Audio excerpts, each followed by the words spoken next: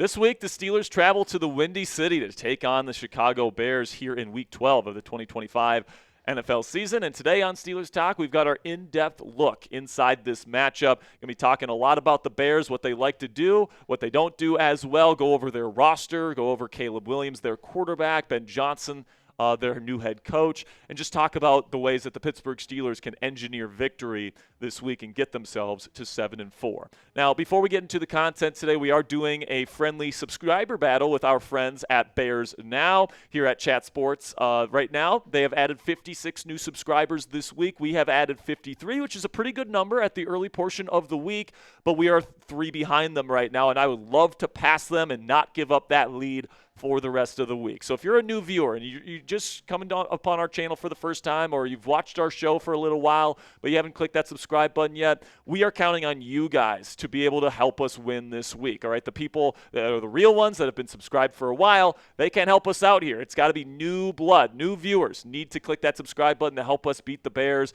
in our subscriber battle this week. So I would really appreciate it if you guys click that subscribe button and join the Steelers Talk family today. And then, of course, this week, the Steelers will be traveling to Chicago to take on the NFC North first-place team right now, the Chicago Bears, 7-3. At this point in the season, Steelers are 6-4. And obviously, this win would be huge for the Pittsburgh Steelers to take down a 7-3 football team on the road to get to 7-4. That would really put this team in a pretty decent position here to position themselves for a potential playoff berth as we head down the home stretch of the NFL season. But the big question on everybody's mind heading into this game is who's going to start at quarterback for the Pittsburgh Steelers? Is it going to be the injured Aaron Rodgers, who not only has a broken left wrist, but he also has been dealing with a finger injury that he suffered in pregame warmups back in Week 9 and has clearly affected his play. And then Mason Rudolph comes in the second half of last week's win versus the Bengals, only gets 2 offensive drives, but the team scores on both of those drives. He looks pretty efficient. And it wasn't a perfect performance by any stretch of the imagination, but he is a more than serviceable backup. Now, my guess is Rodgers is going to gut it out. I think that he will practice on Friday, and I'm sure that he's going to say that he feels good enough to be able to play on Sunday, and I think Tomlin is going to do whatever Aaron Rodgers wants, frankly, at this point. So I think Rodgers will gut it out. I mean, Rodgers played through a broken thumb back in 2022. People forget that, back with the Green Bay Packers. Now, unfortunately, as he was gutting out that injury, I think the Packers lost like 5 straight games because he wasn't playing at a high level. And listen, man, when you're dealing with injuries to your hands as a quarterback and to your wrists, that can be something that's very difficult to play through and play at a high level through. So that's what worries me about this football game, is that Rodgers plays and he just plays so bad that the offense can't do anything, and that leads to a Bears victory. And I'm very comfortable with Mason Rudolph if he ends up starting in this game, all right? And if Rodgers is good to go and he plays a good game, then great. But the last thing that I want is either A, Rodgers to play and play horribly with the injuries that he has, or B, he plays and gets injured and makes his current injury status worse. So I'm very comfortable with Mason Rudolph. I think this team can very much win this football game with Rudolph starting at quarterback in this game. So hopefully the Steelers make the right call here, no matter which guy they end up going with. But now, let's talk about some of the other injuries to watch this week. Jaylen Warren, Mike Tomlin said this week that he's very optimistic about Warren's chances of playing, but he sounded less optimistic about Alex Highsmith, who's still dealing with a pec injury. But Nick Herbig has been playing so well this year. It's honestly not that big of a difference if Highsmith plays or not.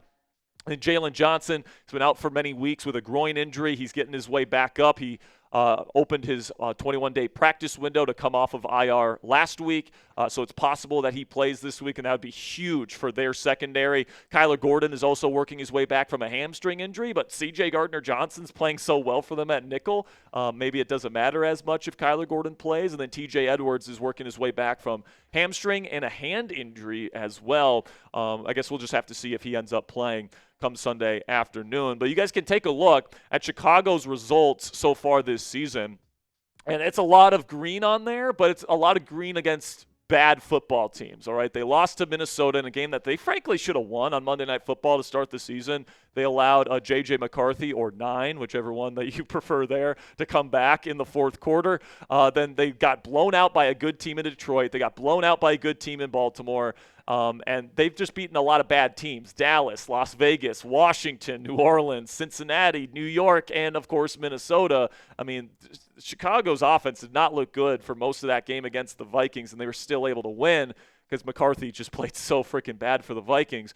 When I look at this schedule, guys, I'm not sure Chicago has beaten a top 20 team in the NFL this year. I think the best team that they've beaten is probably the Cowboys, and at that point, their defense was probably the worst in football. So, I just don't see an impressive win on their resume at this point. So that 7-3 start might be a bit fraudulent, but hey, a 7-3 record is a 7-3 record, and you got to take them seriously, especially when you're playing them on the road. We can take a look here at their coaching and scheme breakdown. Ben Johnson obviously was a big-ticket item at the head coaching position this offseason. The Bears won the sweepstakes for him, and he's done a hell of a job, man. Getting this team to 7-3, despite some of the struggles that they have had this year, is really impressive. He's really instilled a level of mental toughness in that group, and I think they found their guy of the future. Obviously, he calls the plays offensively, and then Dennis Allen, in my opinion, one of the better defensive coordinators in football, calls the defense here. He runs a very aggressive, very man coverage heavy, very blitz heavy, nickel-based defense here in Chicago. So you're going to see a lot of press coverage. You're going to see a lot of man coverage from the Chicago Bears defense this weekend. But we'll start with the offense here, and this is, in many metrics, a top 10 offense in the National Football League. Really good efficiency numbers. They score points. And honestly, we'll talk about Caleb Williams down the road here, but the fact that Ben Johnson has got this unit playing this well with the way Caleb Williams has played for most of the season, it's really impressive. They don't give the football away. They're second in the league in giveaways with only 6 on the year, top 10 in many categories, and in the ones that they're not, most of the time they are right around that top 10 range. The only thing that they're outside the top 12 in is red zone percentage. They have had some issues getting into the end zone when they get into the red area, but that's really the only tenable weakness that the Bears offense has. You guys can take a look at their offensive roster. You got Caleb Williams as their starting quarterback, super talented guy, but very inconsistent. We'll talk about him later. Theo Benedict has been their starting left tackle for the last several weeks. He's been a really good run blocker, not so good in pass protection. So Nick Herbig, Alex Highsmith, whoever plays, is going to have an opportunity to win against him. But then Joe Tooney, Drew Dahlman, Jonah Jackson, and Darnell Wright have all been phenomenal for Chicago this year, especially as of late when they've really gotten the run game going. Then at the skill position players, Roma Dunze has really become their number one receiver in Chicago this year. He's got a good connection with Caleb Williams. DJ Moore, I think, is more their number 2 guy, but he's one of the better number 2 receivers in the league. Colston Loveland has had a really good season this year. The first-year player out of Michigan has had a really good last couple of weeks. Cole Kmet, they play a lot 12 personnel here, so you see these 2 guys on the field at the same time quite a bit. And then DeAndre Swift has had a really good season, especially over the last month or so for the Chicago Bears. Then you move over to the defensive side of the ball, and this is the area where they have struggled a little bit. Now, they're really good in 2 key areas, all right? They take the football away. They are first in takeaways by a wide margin with 22 in the league, and then they're second in the league on third down percentage. So they're really good in those 2 instances. They're also above league average in the red zone. So even though they give up a lot of yards, they give up a lot of explosive plays because they do like to play very aggressively and a lot of man coverage, and they allow some really big plays down the field.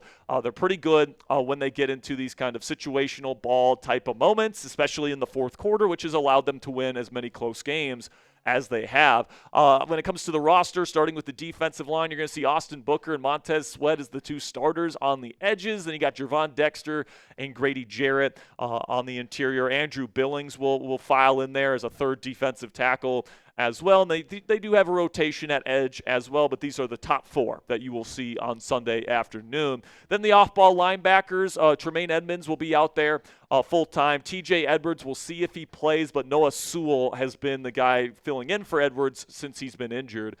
So I guess we'll just have to see if Edwards gets the go-ahead by Sunday afternoon. But then in the secondary, we'll have to wait and see on Jaylen Johnson if he's able to play, but he's one of the better cover corners in the National Football League, and if he plays, he's going to be able to maybe take away DK Metcalf in this ball game. Tyreek Stevenson, not the best outside cornerback in the world. He can be exploited. Kevin Byard and Jaquan Brisker, pretty decent safety duo there. And then C.J. Gardner-Johnson playing the nickel, man. He has been a big-time addition for them. He's physical. He's already got 3 sacks for the Bears since they added him.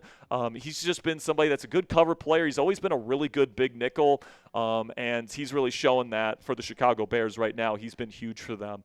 And if Johnson can't play, Jaylen Johnson I'm talking about here, it's going to be Nashawn Wright, who's played quite a bit for them this year. But if it's Tyreek Stevenson and Nashawn Wright, that's a cornerback duo that this Steelers team should be able to exploit, and I'm hoping that they can come Sunday afternoon. So still to come here on the Steelers Talk preview here in Week 12. Keys to victory to beat the Chicago Bears on their home turf there at Soldier Field. Then I got my scouting report on Caleb Williams, and then, of course, as always, I got my score prediction here for this Week 12 matchup. But before we get into the rest of this week's preview, let's have a word from our sponsor today at Ethos. And guys, the summer before I started here at Chat Sports, my family unfortunately lost my late grandfather. And as you tend to do when you lose a loved one that's close to you, you begin to think about your own mortality and what would happen to the people dependent on you if something were to happen. With today's sponsor, Ethos, your family is protected. Cassie and I are getting married soon, and shortly after that, I imagine we'll buy a house and start having some kids.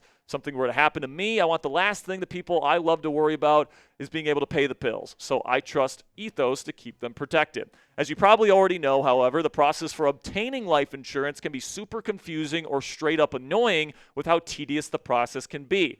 That's where our friends at Ethos come in. As of March of 2025, Business Insider named Ethos the #1 no medical exam instant life insurance provider. Ethos is an online platform that makes getting life insurance fast and easy to protect your family's future in minutes, not months. There is no complicated process, and it's 100% online. There's no medical exam required, and you just answer a few health questions to get a quote in as little as 10 minutes. Protect your family with life insurance from Ethos today. Get your free quote at ethos.com/NFL Daily.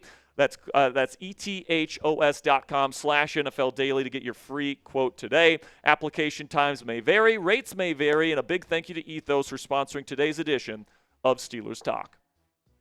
So starting our list of keys to victory here this week. Number 1, you really want to make Caleb Williams beat you. Now, Caleb is a super talented kind of developmental type of quarterback. But he is certainly somebody that's still developing, and he has had his growing pains this year, and Ben Johnson has done a really good job kind of scheming around some of those weaknesses in Caleb's game. He's not the best mental processor in the world. The accuracy has been all over the place this year, and he holds the ball longer than any other quarterback in the National Football League. But the positives are just as evident as any quarterback in the National Football League, frankly. He's got crazy arm talent, maybe one of the best and most powerful throwers on the run I've ever seen in my entire life. He's also got really great playmaking instincts outside of the pocket, really good pocket presence. His pressure to sack ratio this year is really low despite holding the ball forever, and he can run the football too. If you let him outside of the pocket, he's capable of beating you with his legs, and he's been a very clutch performer for them this year,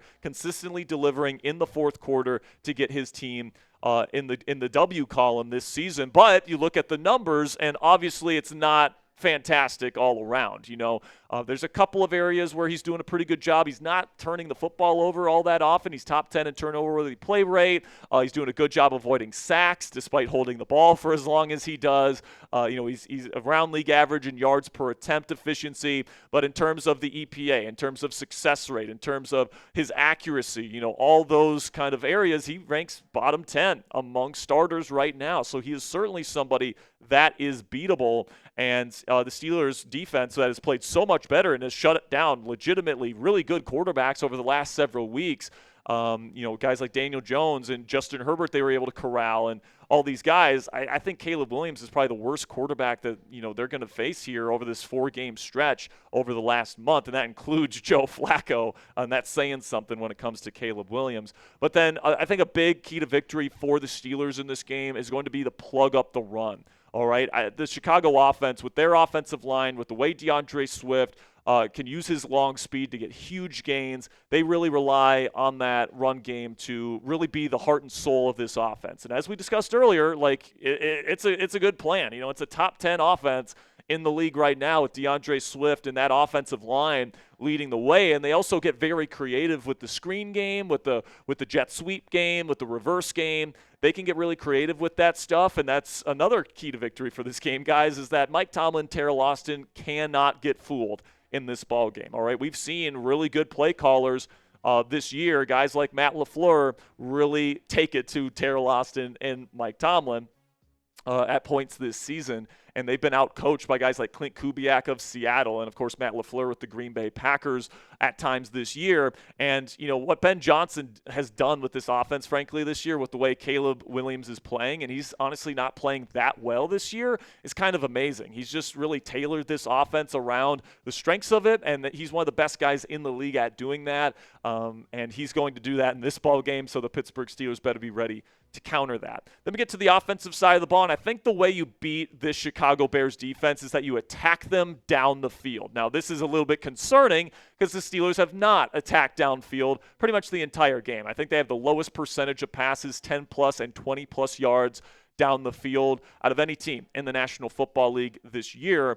But against the Chicago Bears team that is second and third down percentage on defense this year, you got to try and avoid third downs as much as possible and try to get those big explosive plays down the field. And the way you do that is you dial up, you know, these deep shot type of plays. And listen, man, DK Metcalf, Calvin Austin III, Roman Wilson, all these guys run, you know, in the 4.3s or possibly even faster in the case of Calvin, who's just a super speedy guy. All these guys can run down the field and they can take the top off the defense. And with a defense like this that likes to blitz and likes to put a lot of players towards the quarterback, you know, there's going to be opportunities to throw the ball down the field. So whether it's Aaron Rodgers, whether it's Mason Rudolph, they got to be ready to get the ball to DK Metcalf if he has a one-on-one opportunity down the field. They got to be ready to get it to Calvin Austin or Roman Wilson down the field if DK gets doubled, okay? And that's going to happen quite a bit. So I really think Calvin or Roman, either one of them or both, really need to step up in this ball game. And honestly, if I'm the Steelers, I'm thinking about playing more 11 personnel in this game just so I get as much speed on the field as I can,